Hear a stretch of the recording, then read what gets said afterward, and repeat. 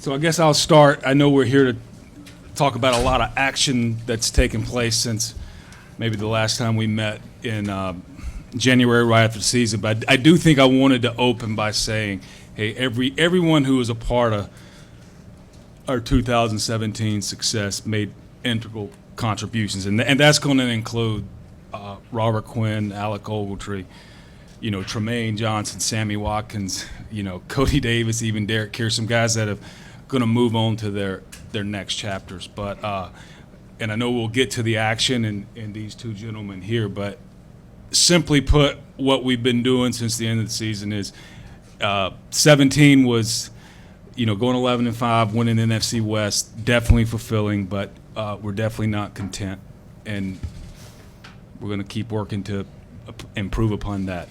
And with that, maybe Sean might have something to say. Yeah, no, this is a great day for our organization, just because anytime that you're able to acquire two players of this caliber that have all the elite traits that you're looking for in terms of guys that can play man coverage, get their hands on the ball.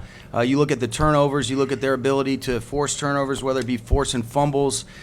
Clearly, you look at the production in terms of being able to create turnovers and get those points back, whether it be getting the ball back for our offense or them just finishing it and then letting Greg come out and kick an extra point. We'll take that all day. But these guys are special players. They bring a great passion for the game. I have a little bit of history with Aqib. His rookie year in Tampa, you could immediately see that he was going to be a special player, and his resume speaks for itself. And then in a little bit of exposure that I've had with Marcus, always respected the way that he plays. You can see these are both cerebral players, the way that they play the game above the neck, and then they have the physical talents to match up.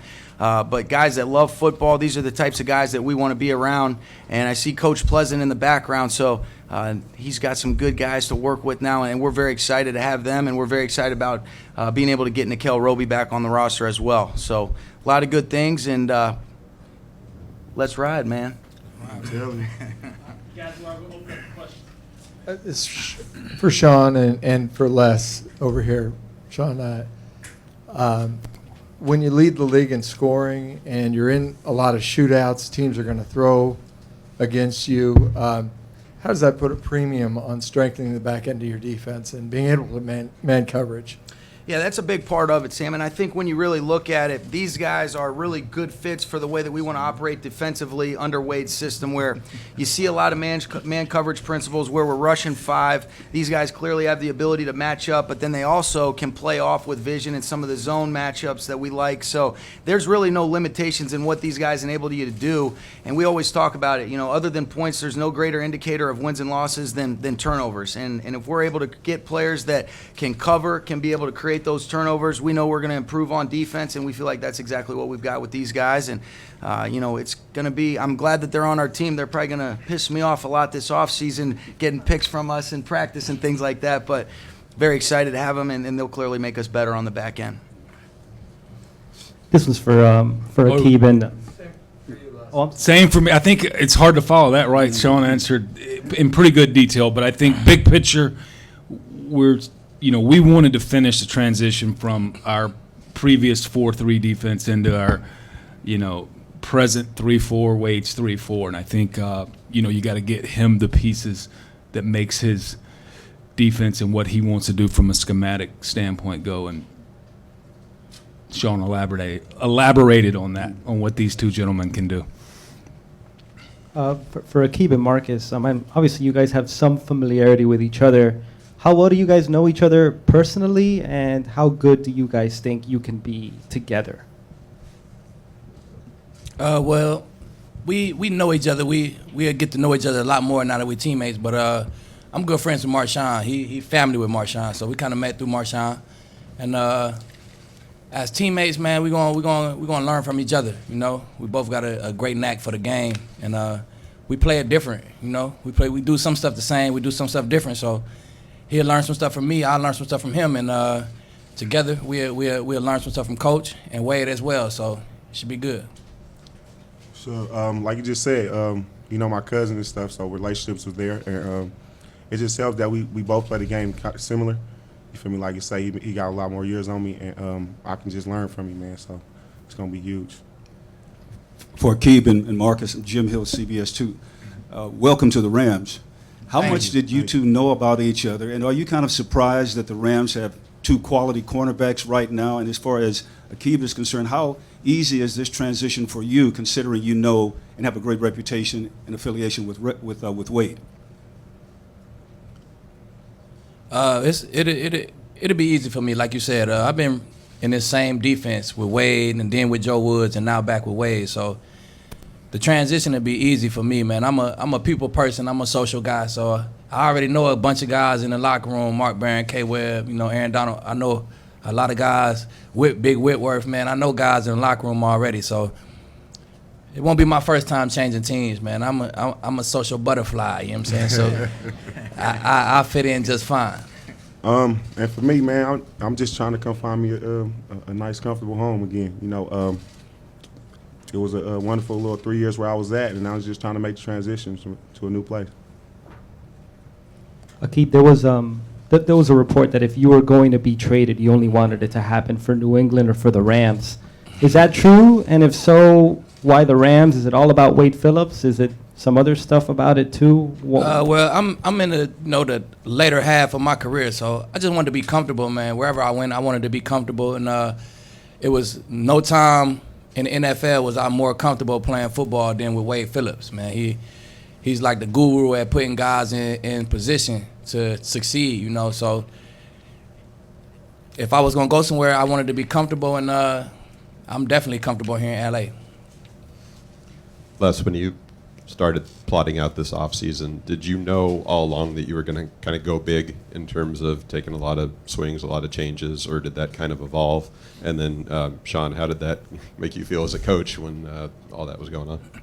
I think it definitely was it was a more evolution. We always sit down after the season and plan, talk about needs and things, and how do we get better. And from that meeting forward, you start strategizing on how you're going to accomplish, what you want to get done and check off those tasks. So usually these type things evolve. And as an example, when we went into this, we didn't know Marcus or Aqib would be available. They were both playing for other teams. So that's something that definitely evolves. Yeah, I think he did a great job with his staff of being able to even find out that they were available. Then you do the due diligence. You figure out, all right, are these the types of players that you feel like fit in? And clearly from a production standpoint and the people, we felt great about it. And you make a decision that, hey, they're available. The coaches are all on board. Personnel's on the same page. And, you make those moves and you feel like you're able to win a lot of the way that these situations played out for us. And I think it's rare to be able to acquire two players of this caliber. So when the opportunity does present itself, you want to be aggressive about being able to get that done. And fortunately, those things came together quickly. Hey, Aqib.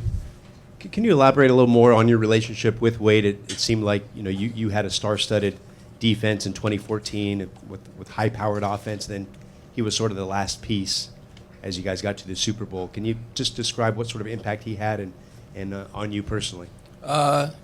He's a future Hall of Fame D coordinator. So anytime you get to share a meeting room with him every day, it's you're gonna gain knowledge. So he just taught me a lot about being a pro, how to prepare for the game, and using my strengths, on the field. So he definitely made me, in those years, 3 or however many years it was, he definitely made me a better football player, and he's going to continue to make me a better football player. That's a huge part of the reason why I wanted to come play for him.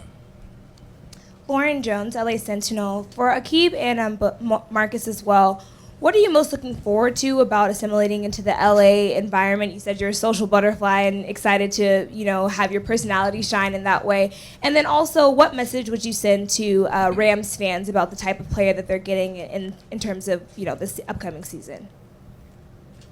Well, it's gonna be different. From being from Oakland, it's always you get the look at LA as just being Hollywood.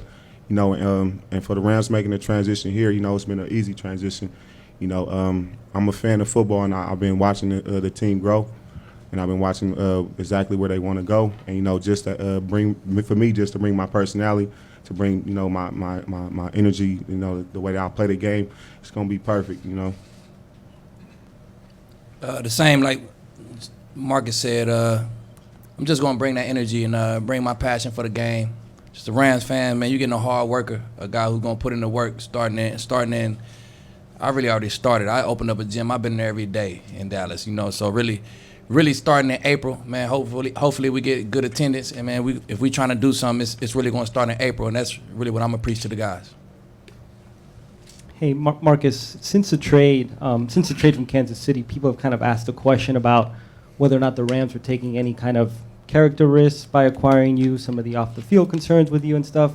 I'm just wondering, what has it been like for you kind of hearing that, and do you think there's anything that's kind of been misrepresented about who you are and the way you carry yourself? No disrespect, what I did off the field.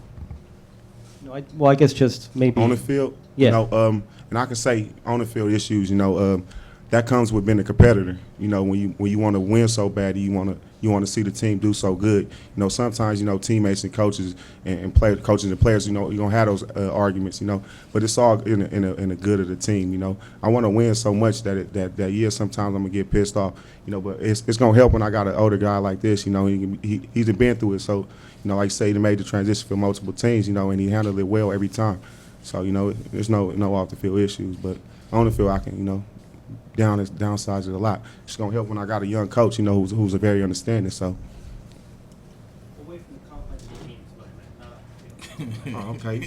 Nah, but see, it's off the field and it's on the field. You know, all those things that happen between the lines. You know, we family. You know, so I don't like the word off the field because I don't do nothing. Let's go. Go. Hey, Aqib, just one more. Obviously, when Wade question? No. But Broncos question. You know, when DeMarcus got to Denver, you know, there's a lot of credit toward his way for kind of helping Vaughn kind of take that next step. Do you see that any potential similarities with you and Marcus there in that relationship? Definitely, man. I feel like if you ask the coaches, Wade Phillips, Gary Kubiak, Bill Belichick, and you ask those guys about me, they're going to tell you how professional I am in that building, you know. So I'm going to be myself. And Marcus will follow me, man. He'll see how professional I am in that building as far as, you know, on this tape, as far as how I put my work in.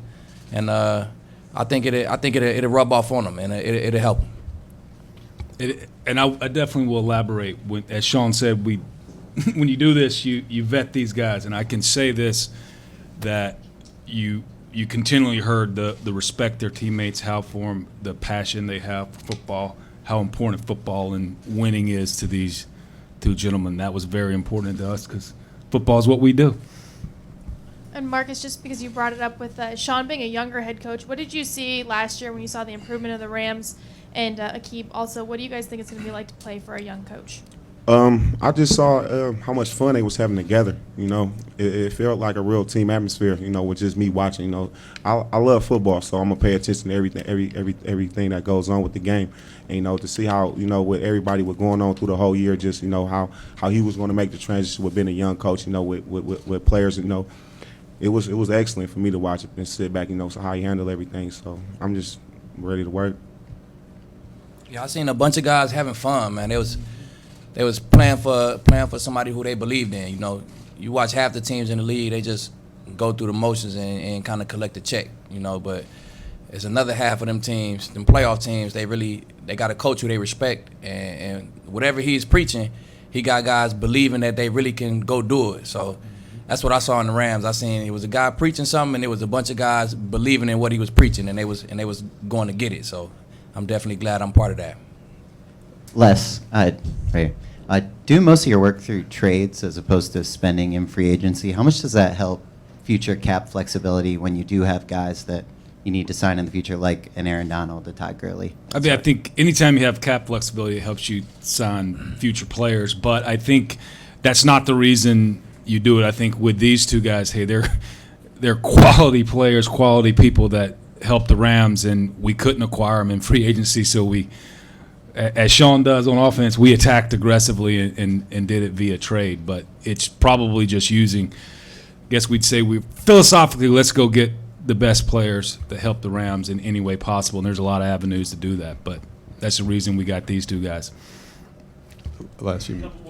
You mentioned at the start, I think you used the term finish the transition in terms of, you know, changing defenses and such. Is that I'm assuming linebacker plays a part in that too. And what specifically were you looking at in terms of, you know, tweaks that you needed to make or players that you needed to Well, I change? think when you do the transition from 4-3 to 3-4, it helps to live a year as you put guys in position or playing positions that they're not necessarily used to. So I think last year helped to figure out, you know, who were the best fits and who weren't. And it's nothing against individuals. It's just a scheme, and also getting as Wade would say, and any defensive coordinator, he may value certain positions more than others based on what he's trying to get done. So, and I think that's part of the transition there, and it's not going to get done in the first off season. Les and Sean, what went into the thought of franchising LaMarcus rather than Sammy Watkins? And can you illuminate us a little bit on what happened with Sammy in terms of your continued pursuit of him and his decision to sign with Kansas City? You know, I'll keep, just won't elaborate a ton on the reason you choose one or the other. What I can say for LaMarcus' sake is he's somebody that Wade identified early that fits his scheme, wanted to move him from nickel to really playing full time, and he had one heck of a season, and he's somebody that we've had around here a long time, and nothing but praise for LaMarcus. And then Sammy was a big part of our offense. I mean, we went from 32nd to 1st, and did pursue him. It didn't work out, but won't get into really why we did one or the other. But Sean, you can elaborate. Yeah, I think the first thing is, you talk about scheme fits. When you talk about these two, you talk about Aaron, LaMarcus, these guys can play in any system. These are great football players, and it's our job as coaches to adjust and to adapt to what they do best. Unfortunately, when you have rare players like we're talking about with them, the Aarons, the LaMarcus Joyners of the world, I don't care what system you put them in, they're going to have success. It's about us continuing to accentuate their skill sets, and we're fortunate to be with them. As far as Sammy goes, wish him nothing but the best. There's a reason why he had a market. He put good things on tape, and I don't think that's exclusive to maybe the production from a numbers standpoint. He did a lot more for our offense than that. It's going to be a big void that guys in our building are going to be needed to step up. We might use some different avenues to acquire players that can make plays, whether that be tight end, running back, or maybe the receivers. But certainly it's an exciting time for us to continue to figure out how can we find a way doing what we did last year and then continue to build on that and improve in spite of losing a quality player like a Sammy Watkins. And it's going to be a great challenge. Guys will be asked to step up, and it's a great challenge for us as coaches as well, and one that we're looking forward to.